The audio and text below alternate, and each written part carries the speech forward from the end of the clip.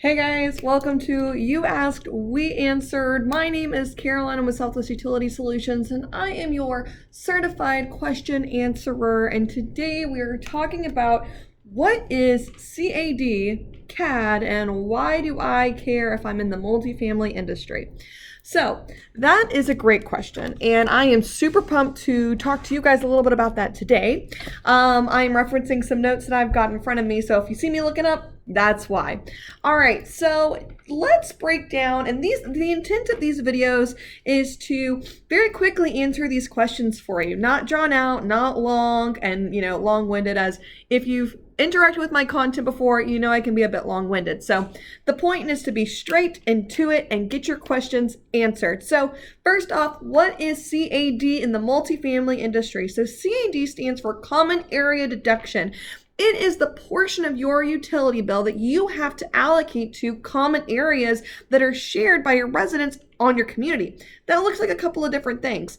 Maybe you have a pool, maybe you have a laundry facility, something of that nature. Accounting for common areas is really important and required, especially in the state of Texas. And we're going to talk specifically about Texas. Each state has its own regulation that pertains to how much of your total utility bill you can bill back or allocate out to your tenants. Common area deductions are the deduction, for lack of a better term, the deduction that you have to account for that total utility bill. It's the amount that you back out of that total bill to account for common areas before you can allocate everything back out to be recovered by your tenants.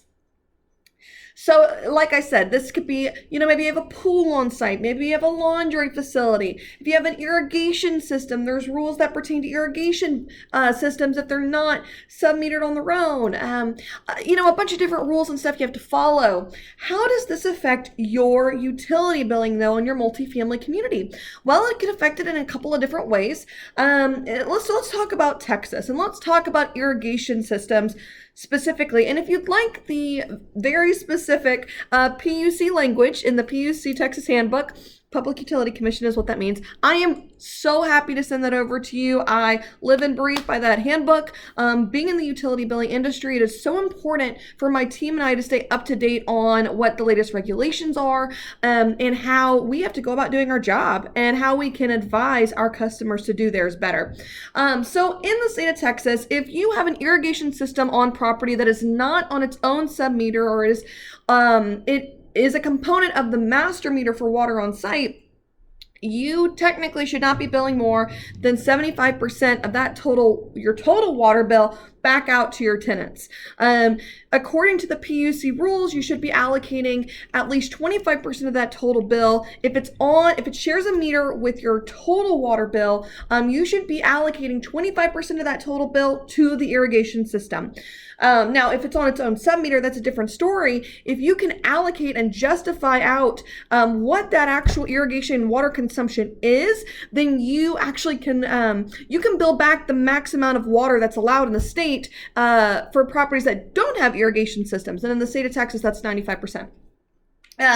Okay, what does it look like if you don't have an irrigation system, or you do have an irrigation system where your common areas are sub-metered, or you're mathematically able to justify what the consumption is of those common areas? If that doesn't pertain to you, they're on their own sub-meter, you're able to back out that consumption, and you're dealing with just unit consumption as far as water goes, then what are the rules for you? Well, each state's a little different. In the state of Texas, you can bill back a maximum of 95% of your total water bill to your tenants. Now, how you choose to reallocate that water out, totally up to you. You can do it based on square footage, based on occupancy, based on the Texas bedroom ratio average, a combination of some of those. It's what fits your community best. It's not a one-size-fits-all kind of answer. If you've got good occupancy data, then I would always encourage you to use your occupancy data, and I would always encourage you to use that in a combination with square footage. You get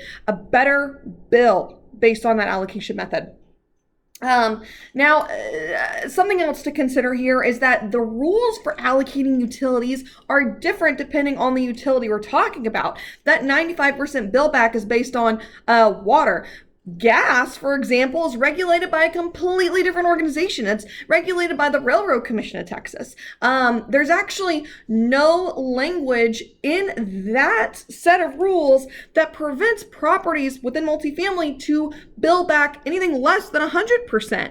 If your tenants can swallow that kind of bill and it's not abusive to bill that amount back, you're allowed to bill back all of it. It's not something most people know, but it's something that you should be aware of. And like I said, if you would like a copy of that specific rule language sent to you, I'm more than happy to do it. Just comment below, shoot me an email. If you don't have my information already, my direct phone number is 832-260-5181. And my email is cferguson@swutilitysolutions.com. Thanks for asking an awesome question. Our goal is to bring value to the multifamily industry. Got questions? Keep them coming. Okay, bye guys. Stay tuned for more questions.